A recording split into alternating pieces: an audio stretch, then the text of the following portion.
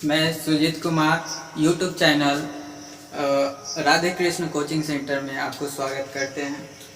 और मेरा जो पिछला क्लास लेक्चर 2 में था, जो हम कुछ पार्ट बनाए थे वीडियो प्रकाश का परावर्तन चैप्टर, उसका फिर आगे का जो टॉपिक है वो फिर से हम कवर कराना चाह रहे हैं।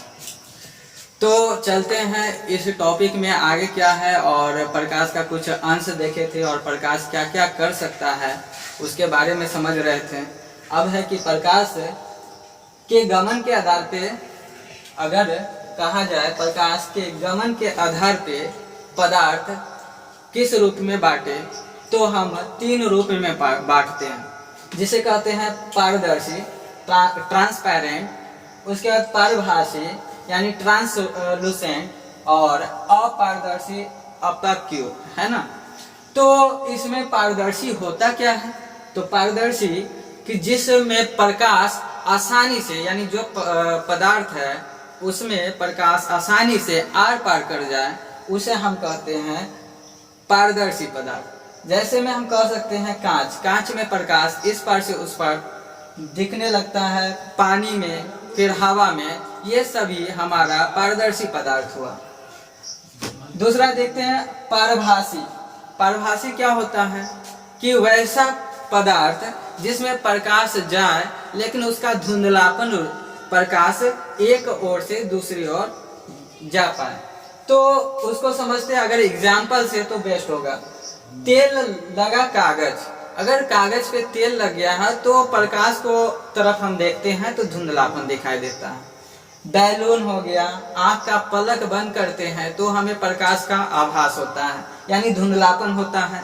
रक्त ले लीजिए, या दूध, या कुहासा, या धुआं, घना धुआं, ये सब ही कहा जाए तो वह पारभासी पदार्थ है।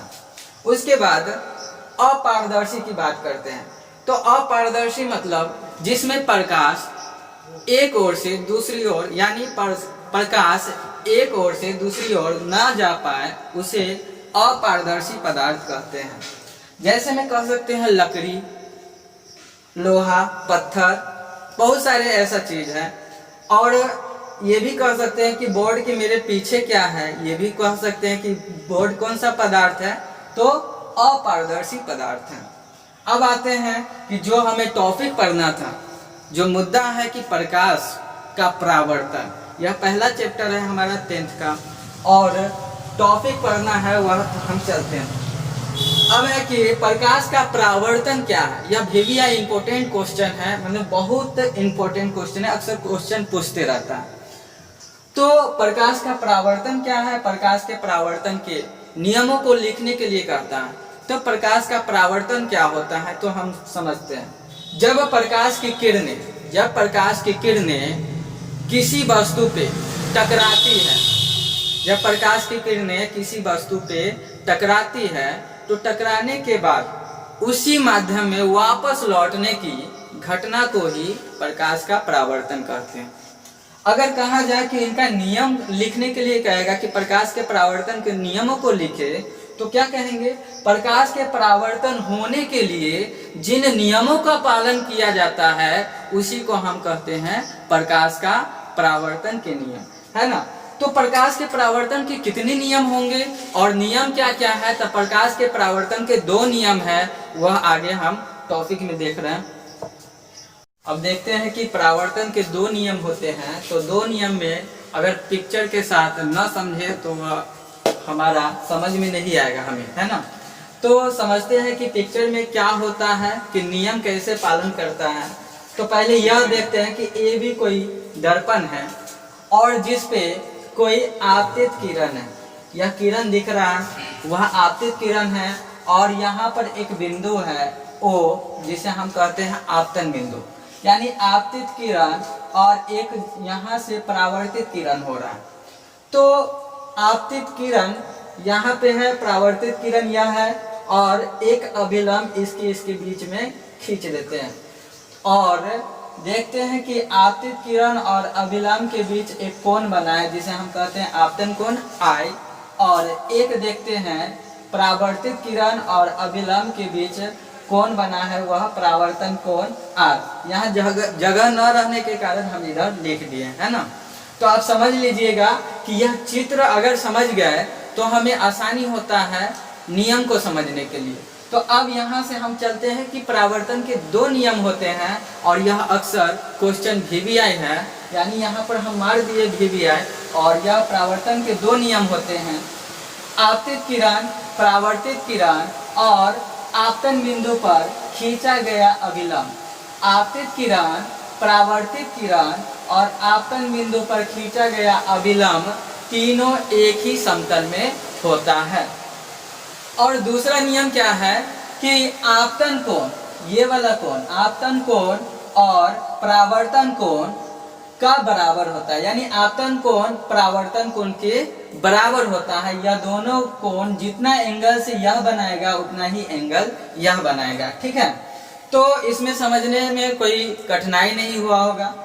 अब आगे चलते हैं कि अगर किरण लंबवत हो, यह तो तिरछा किरण था, अगर किरण लंबवत पड़े दर्पण पे तो दर्पण, समतल दर्पण पर पड़ने वाली जो लंबवत किरण होगी वह परावर्तन के बाद उसी पथ पे वापस लौट जाएगी। यानी यह पिक्चर से समझिए कि यह समतल दर्पण है और यह किरण आपतित हो रही है, आ रही है, तो यहाँ पर पड़ने के बाद उसी पथ पे वापस लौट जाएगी। और इस तरह से इसका बीच जो बनेगा कोण वह कोण I बराबर कोण R कितना डिग्री होगा? 0 डिग्री होगा। अब इसके आधार पे हम दर्पण में कुछ खास बिंदु देखेंगे और मुख्य बातें समझेंगे कि क्या क्या होता है दर्पण में, ठीक है। तो आगे चलते हैं। दर्पण से समझने के पहले ये समझते हैं कि प्रतिबिंब होता क्या है, क्योंकि प्रतिबिंब मतलब मेरा छाया, यानी मेरा ही रूप। प्रतिबिंब यानी बीम का ही रूप प्रतिबिंब, है ना। तो प्रतिबिंब होता क्या है, जिसे हम कहते हैं इमेज। आजकल इमेज अपने मोबाइल में भी देख लेते हैं कि फोटो क्या होता है, तो यही फोटो हमें बनाना है। तो क्या होता है कि कोई दर्पण हो तो दर्पण में हमारा फोटो कैसे बने, तो उसको हम समझते हैं परिभाषा से। किसी बिंदु स्रोत से आती प्रकाश की किरणें, किसी बिंदु स्रोत से आती प्रकाश की किरणें परावर्तन के बाद जिस बिंदु पर मिलती है या मिलती हुई प्रतीत होती है, ऐसे भी कह सकते हैं, या आती हुई प्रतीत होती है, उसे ही हम प्रतिबिंब कहते हैं। प्रतिबिंब मतलब कि दो प्रकार से बन सकता है। कौन कौन? वास्तविक प्रतिबिंब और आभासी प्रतिबिंब। वास्तविक प्रतिबिंब को हम रियल इमेज कहते हैं और आभासी प्रतिबिंब को वर्चुअल कहते हैं, इमेज। आभासी को ही काल्पनिक भी कहते हैं।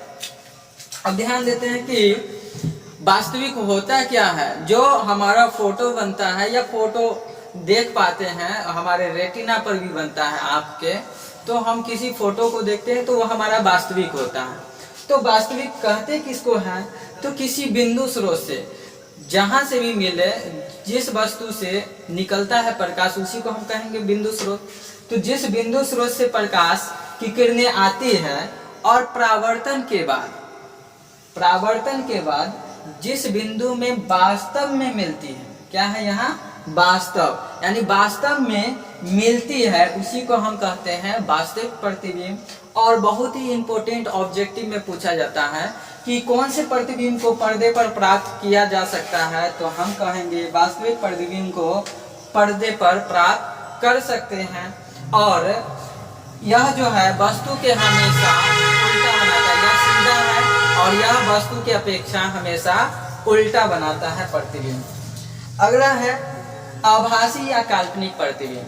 आभासी काल्पनिक प्रतिबिंब किसे कहेंगे, तो आभासी जो होगा वह किसी बिंदु स्रोत से आती प्रकाश की किरणें, किसी बिंदु स्रोत से आती प्रकाश की किरणें परावर्तन के बाद जिस बिंदु से आती हुई, क्या है?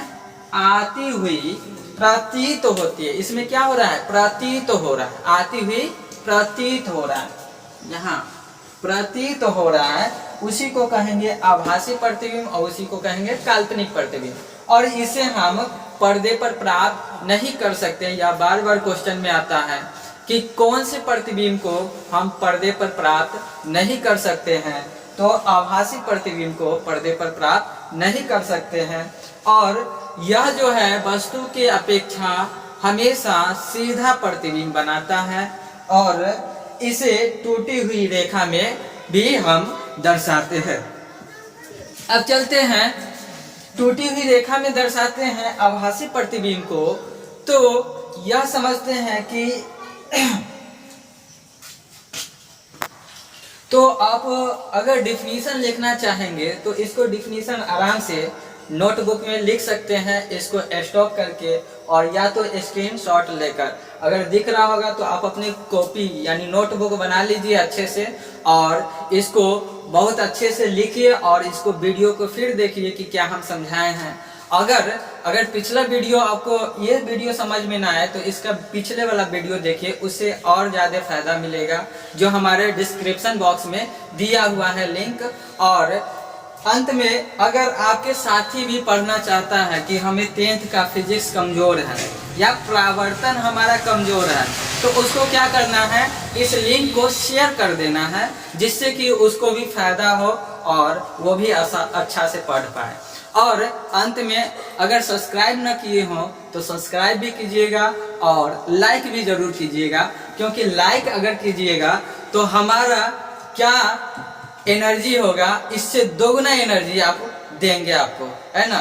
इसके साथ ही आपको फिर मिलते हैं अगली क्लास में, तब तक के लिए धन्यवाद। और घर में रहिए, सुरक्षित रहिए कोरोना काल में, और अपने परिवार के साथ अपने घर में ही क्लास को देखते रहिए। धन्यवाद।